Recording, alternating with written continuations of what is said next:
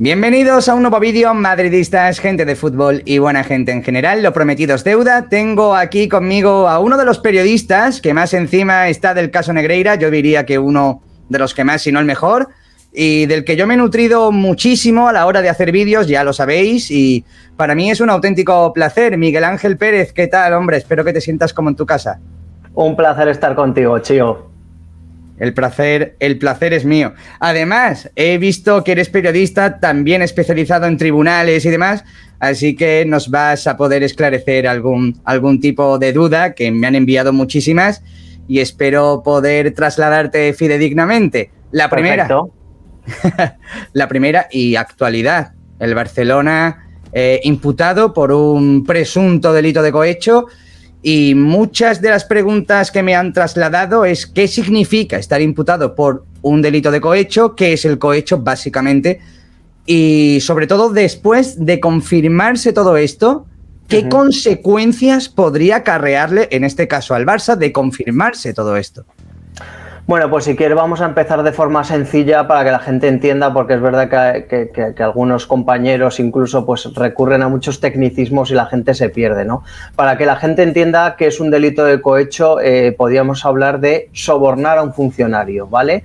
Para esto hay que decir que la Federación, el Comité Técnico de Árbitros, es una entidad privada, pero que realiza pues una función pública. Esto significa que son los encargados de velar por la competición, de organizarla, reciben por ello subvenciones públicas y, por tanto, aunque es una entidad privada, realiza una función pública. Esta es la interpretación que ha hecho el juez, el titular del Juzgado de Instrucción número 1 de Barcelona, Joaquín Aguirre, y bajo ese precepto, digamos, lo que dice es que el Barcelona pues sobornó a un funcionario, en este caso sería el vicepresidente del Comité Técnico de Árbitros, José María Enríquez Negreira, pues para influir, ¿no?, en los resultados del Fútbol Club Barcelona. Por eso ese delito de cohecho pues es por dos partes, por parte del Fútbol Club Barcelona y por parte de Negreira, ¿no? Eso es lo que dice el juez.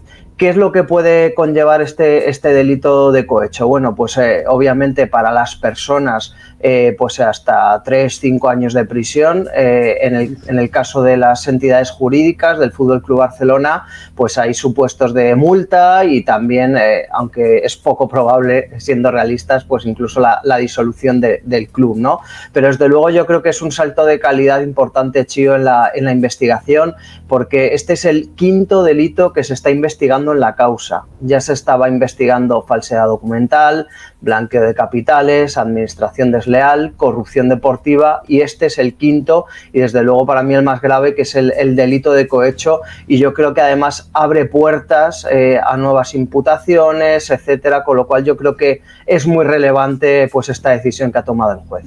Hay mucha gente que me pregunta, porque claro, justo después de la noticia de la imputación del Fútbol Club Barcelona por cohecho, ¿no?, que la has explicado magníficamente, saltó también otra noticia que es muy importante, que es el registro de la Guardia Civil en la sede del CTA, ¿no?, que creo que se demoraron hasta 12 horas, creo recordar.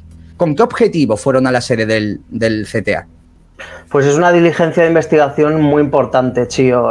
Obviamente hay que decir que en el caso Negreira, yo lo llevo diciendo desde que comenzó el caso, aquí está el Fútbol Club Barcelona, aquí están los Negreira, pero luego hay una parte clave que es el CTA, que es el Comité Técnico de Árbitros, ¿no? De hecho, pues el juez hablaba de esa corrupción sistémica en el CTA. ¿Qué es lo que se quiere demostrar, Chío? Desde el inicio de la investigación, algunos relatores culés han intentado desviar la atención con aquello de no se va a poder demostrar que se pagó a un árbitro, no se pudo demostrar que un árbitro recibió dinero en un sobre, etcétera, no se va a poder demostrar. Es que eso no es lo que se quiere demostrar. Lo que se quiere demostrar era el poder de influencia que tenía José María Enríquez Negreira como vicepresidente de los árbitros. Esto es indudable. De hecho, el juez de forma sutil llama mentiroso a Medina Cantalejo, al presidente del CTA, cuando dijo aquello que no tenía una función concreta, que era una cosa representativa. Esto es completamente falso. Hablas con cualquier árbitro y todo el mundo sabe que José María Enríquez Negreira no solamente controlaba el CTA, sino que es que llevaba el día a día de todos los colegiados, las notas, todo lo tenía controladísimo, todo lo guardaba.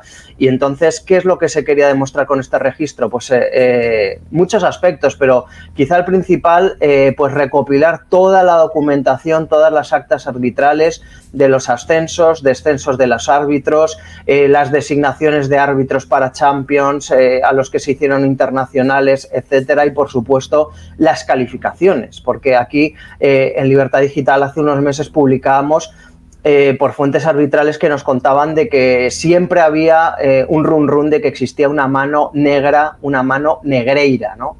Esta mano negreira significaba que cuando había un partido, pues estaban los informadores arbitrales cuya labor era poner una nota a cada colegiado. Luego esas notas se guardaban y de repente, pues cuando llegaba final de temporada, había un índice corrector, que algunos llamaban también índice corruptor, que es lo que podríamos entendernos como mano negreira, en la cual se decidía que había pues unos parámetros, digamos, abstractos, ambiguos, en función de los cuales pues se decía que aunque este tuviera 20 puntos, pues que no tenía 20, que tenía 5, y este que tenía 5 lo suba a 20, ¿no? ¿Y eso qué es lo que conseguía? Pues que algunos árbitros, los que quisieran esta directiva, subían de categoría y los que no gustaban, pues bajaban.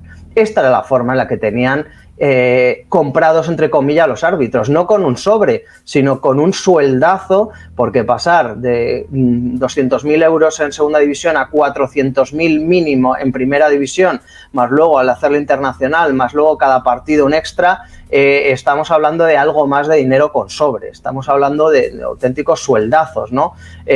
Los árbitros españoles son de los mejores pagados y no los mejores pagados de Europa, con lo cual, fíjate si tenía Enríquez Negreira poder de influencia en el sentido de que los árbitros, si querían prosperar, sabían qué es lo que le gustaba a su jefe y en función de eso, pues fíjate si tenía, como digo, Negreira, poder de influencia sobre los colegiados, ¿no? Entonces, por eso ese registro, para incautar todos esos documentos, algunos manuscritos, otros ya digitalizados, y cotejar pues esas calificaciones si se respetaban y por qué a final de temporada de repente esa mano Negreira hacía que subía o bajaba determinado colegiado.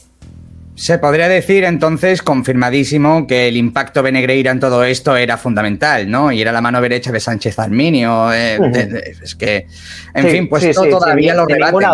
Sin ninguna duda, Chío. O sea, es que en algunas instituciones tal, parece como que el presidente de la institución tiene el cargo ejecutivo directo, control de todo, y que los vicepresidentes están ahí un poco de acompañamiento. Yo, fíjate, me atrevería a decir que en el caso del Comité Técnico de Árbitros, Negreira llevaba casi más el día a día que Sánchez Arminio. O sea, tenía, como digo, un control absoluto. Se reunía con los colegiados. Como publicamos en Libertad Digital, en el famoso bar La Torrada, pero también se reunía en habitaciones de hotel, repasaba las notas que hasta ese momento tenían los colegiados, se reunía con ellos unas 2 o 3 veces al año, oye, tienes que mejorar esto, tienes que tal, y por supuesto pues les daba sus consignas y sus directrices antes de los partidos, con lo cual no estamos hablando de un vicepresidente con un papel únicamente y puramente institucional, todo lo contrario, estamos hablando de un vicepresidente que controlaba absolutamente el Comité Técnico de Árbitros, las designaciones, este árbitro va a coger a este de Linier, lleva el control hasta ese detalle, Chío. Yo he llegado a escuchar, bueno, yo y todos, a Luis Rubiales, a Medina Cantalejo, a Iturralde, a un montón de gente decir que era poco más que un florero, un cenicero en la federación. No sé con qué objetivo, no sé con qué motivación. ¿Qué opinión tienes acerca de todo esto? De que se sepa ya y con indicios, pruebas, llámalo X, y que llegue altos cargos de la federación y te digan todo lo contrario. No es para sospechar algo, sin querer meterme en ningún jardín, pero es cuanto menos es un poco turbio y la gente lo siente así, ¿no? Hombre, es que claramente Chio Medina Cantalejo podríamos hablar metafóricamente de que es hijo de Negreira, es decir, es una astilla del palo de Negreira y con lo cual pues así solamente se explica pues esas palabras, como decimos, que ya no es que diga yo que sean falsas, es que lo dice el juez, es que el juez le deja totalmente por el suelo y lo que es un auténtico escandalazo es que después de todo el tema de Rubiales, el beso de Jennifer Hermoso, etcétera, por el tema de Negreira, simplemente Medina Cantalejo siga todavía al frente del Comité Técnico de Árbitros. Es un escandalazo, porque obviamente en el momento en que un juez te está dejando de mentiroso cuando tú has dicho que este hombre poco más que era un florero, desde luego no sé a qué espera la Federación para cesarlo de inmediato a Medina Cantalejo. Y respecto a Luis Rubiales, es que Luis Rubiales, yo siempre recuerdo una entrevista que le hicieron en el Chiringuito, que se puso completamente de perfil, o sea, poniendo paños calientes, diciendo que yo no creo que esto hubiera sucedido, en el caso de que hubiera pasado algo así, yo sería el primero en exigir responsabilidades. Bueno, obviamente Comité Técnico de Árbitros está pringado hasta las orejas en este asunto y la Federación, como bien acordó el juez, no podía ejercer la acusación. ¿Cómo va a ejercer la acusación la Federación Española de Fútbol si el CTA está integrado en la Federación y el CTA es una pieza clave en esta trama de corrupción y de todo, ¿no? Entonces, obviamente, el juez tomó muy buena decisión sacando a la Federación como acusación y bueno, hay que recordarlo también, toda esta causa la detonó, por así decirlo, en los tribunales el árbitro Xavier Estrada Fernández, que fue el que decidió dar un paso adelante formando todavía parte del Comité Técnico de Árbitros, ahora ya no, porque fue represaliado convenientemente, pero fue el que dio el paso de presentar la querella, ¿no? Que luego ya presentó la Fiscalía su denuncia posterior y ya se dio origen al caso Negreira, ¿no? Con lo cual, digamos que desde el origen de este caso, digamos que el papel del Comité Técnico de Árbitros ha sido prácticamente de protección, por no decir de presunto encubrimiento, de todas las fechorías de Negreira y compañía. Hay mucha gente que me ha preguntado el porqué de la tardanza, por qué esperar 7, 8 meses en registrar, ¿no? Ya no solamente la sede del CTA, porque también se está hablando de que está al caer un registro en las oficinas del Camp Nou y una posible imputación de Joan Laporta, que hay alguno que ya lo da hasta por hecho, ¿no? Eso habrá que verlo. Pero la sede del CTA, ¿por qué? ¿Por qué se registra tan tarde, dando la posibilidad a la gente que trabaja allí, ¿no?, de quemar pruebas, borrar datos? O sea, bueno, yo estoy contigo, Chio. Creo que se podía haber hecho antes, desde luego. Vamos a ver, yo creo que en el registro se podrían haber encontrado dos tipos de documentos. Documentos públicos, que esos obviamente el CTA los tiene que mantener sí o sí, o sea, no puede destruir las actas notariales, las clasificaciones, etcétera. Todos esos documentos van a ser muy relevantes para esclarecer, pues lo que decíamos antes de ese índice corruptor. Pero en paralelo, obviamente, si este registro se hubiera autorizado hace muchos meses en cuanto estalló el caso, se podría a lo mejor haber encontrado en ordenadores emails, mensajes comprometedores, algún documento extraoficial que sí que hubiera sido delicado y sensible. Obviamente toda esa parte ya se habría perdido, ¿no? O sea, porque claro, por muy tontos que sean, después de 7 meses, si tenían cualquier prueba incriminatoria que les pudiera apuntar, la hubieran destruido. Pero como digo, creo que todavía es relevante y que ha sido positivo. Según fuentes del caso me confirman, ha sido muy positivo ese registro. 12 horas estuvieron los agentes de la Guardia Civil y ya simplemente pues con todas las actas, con todas las clasificaciones, con todas las notas, con eso se va a poder dibujar el esquema de cómo operaba esa mano negreira, ¿no?, en el CTA. Es verdad que este caso, cuando estalló en el juzgado de instrucción número 1 de Barcelona, en primer lugar lo cogió una mujer que era la magistrada de refuerzo del juzgado, Silvia López. Mientras estuvo Silvia López, digamos que la investigación fue más lenta. Antes de julio, prácticamente en el mes de julio, fue cuando ya el titular del juzgado, Joaquín Aguirre, como acabó el refuerzo de la magistrada, fue cuando Joaquín Aguirre asumió el caso y yo creo que ahí ha cogido más velocidad más velocidad de crucero, ¿no? Esta investigación, y desde luego yo creo que aunque haya sido tarde, porque obviamente ha sido tarde, pues se van a conseguir grandes conclusiones, se van a poder cotejar datos, etcétera, muy relevantes para la investigación. Tampoco es verdad que se entiende que no hubiera un registro nada más estallar el caso también en el propio domicilio de Negreira, ¿no? Luego, respecto al registro en el Camp Nou, ayer también el juez en una providencia daba 5 días al FC Barcelona para que enviara toda la documentación que se le había requerido hace meses y que el FC Barcelona había hecho oídos sordos. Es decir, el FC Barcelona dicen que no tiene nada que esconder, que están muy tranquilos y tal, pero lo cierto es que no está colaborando con la justicia. Entonces, por eso se hablaba de esa posibilidad de que pudiera haber una entrada y registro también en el Camp Nou, básicamente porque es que no han entregado la documentación que le había requerido el juzgado hace meses. Desde luego, esa no es la forma para parecer que no tienes nada que esconder, ¿no? Porque si no tienes nada que esconder, máxima transparencia, y cuando un juzgado te requiere documentación, pues tú la entregas, ¿no? Luego, respecto a lo que me comentabas de la imputación de Laporta, yo la información que tenía y que barajaba desde hace unas semanas es que precisamente en ese auto de ayer de cohecho ya se iba a poner encima de la mesa el nombre de Joan Laporta. A última hora o en los últimos días, no sé exactamente cuándo ha sido, ha habido un cambio ahí, porque yo sí tenía esa información de que se iba a poner el nombre de Laporta ya como imputado por cohecho. Yo creo que aquí la clave, Chío, es que se estará el juez andando con pies de plomo y estará viendo realmente si se puede imputar a Laporta o no por ese cohecho, porque depende de la gravedad del cohecho, el delito prescribe más tarde o más pronto, ¿no? En teoría, un delito de cohecho normal aproximadamente son unos 10 años. Laporta acabó su presidencia en el 2010, su primera época. Estamos en 2023, habría prescrito. Si se considera que es un cohecho agravado, pues ya se incrementarían los años y que sí que se podría imputar a Laporta. Como digo, pues inicialmente se estaba barajando y se tenía en mente imputar ya a Laporta ayer. No se hizo al final, pero esto no quiere decir que no se vaya a hacer a corto o medio plazo.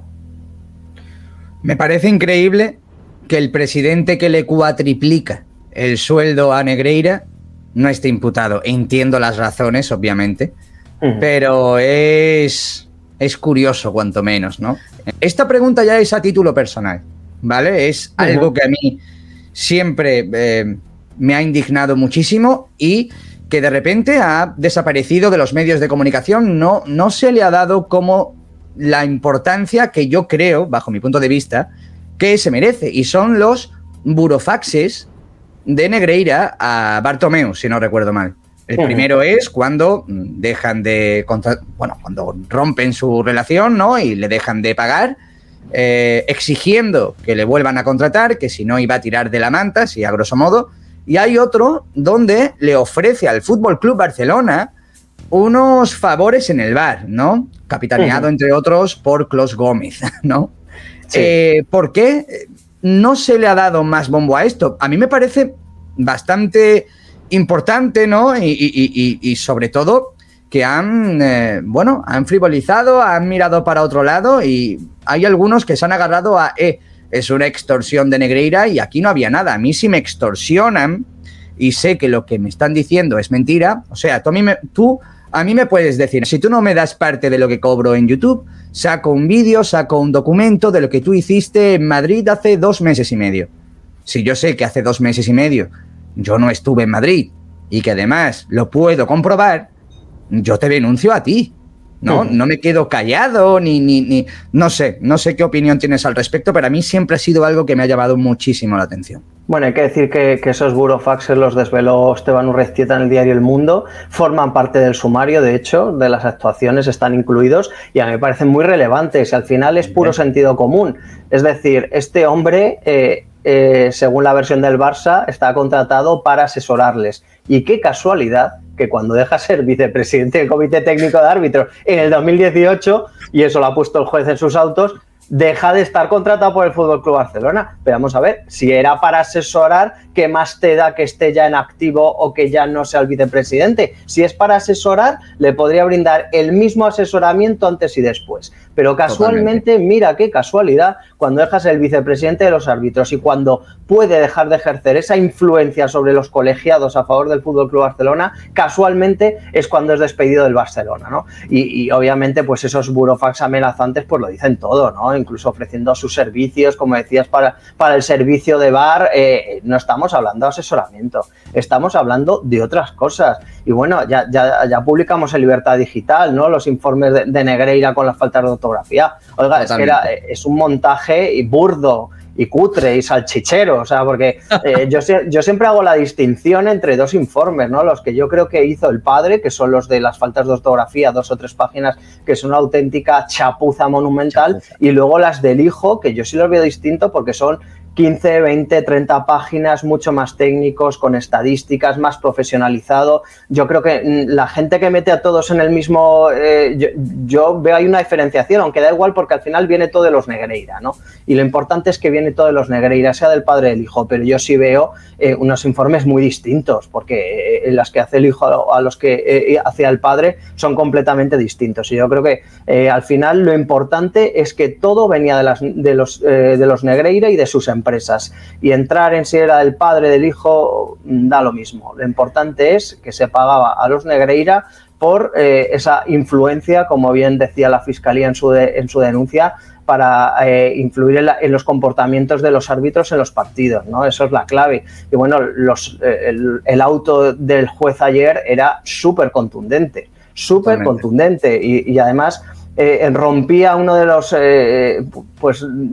los argumentos que han estado repitiendo toda la prensa culé, ¿no? Aquello de no, es que como no se va a poder demostrar que influyeran los partidos en los árbitros, etcétera. No, el juez lo que dice ayer es: en el momento en el que se hace el pago y está acreditado, el delito de cohecho está consumado. Aquí no hace falta luego la consecuencia del pago, que sería influir en los partidos y mira, le metió 3 rojas y tal. No hace falta entrar ahí. En el momento en el que el pago está acreditado, que es la clave de la causa, los pagos están acreditados. No hay ninguna duda, con lo cual ese presunto delito de cohecho estaría consumado y desde luego, siguiendo esa tesis del magistrado instructor, obviamente esto estaría ya muy cerca del banquillo del juicio, ¿no? Antes lo del VAR, la torrada. ¿Hay alguna que otra pregunta que me han hecho?